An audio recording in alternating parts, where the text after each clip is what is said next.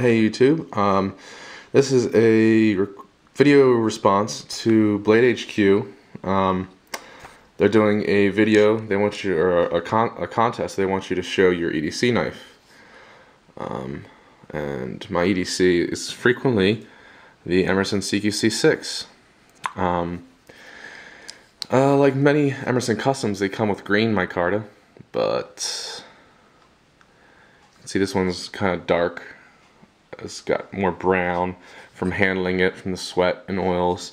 You can see the marks on the bolster, excuse me.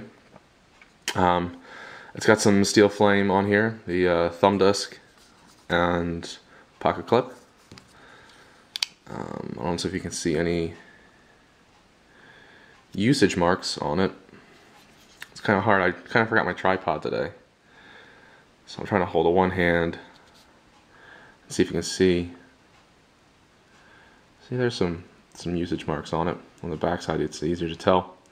So yeah, this is my frequently my EDC knife. It's very sharp with the zero grind, and yeah, that's about it. Good luck to everybody else who's in the contest. Happy holidays, and as always, be dressed to play and geared to slaughter. See you guys.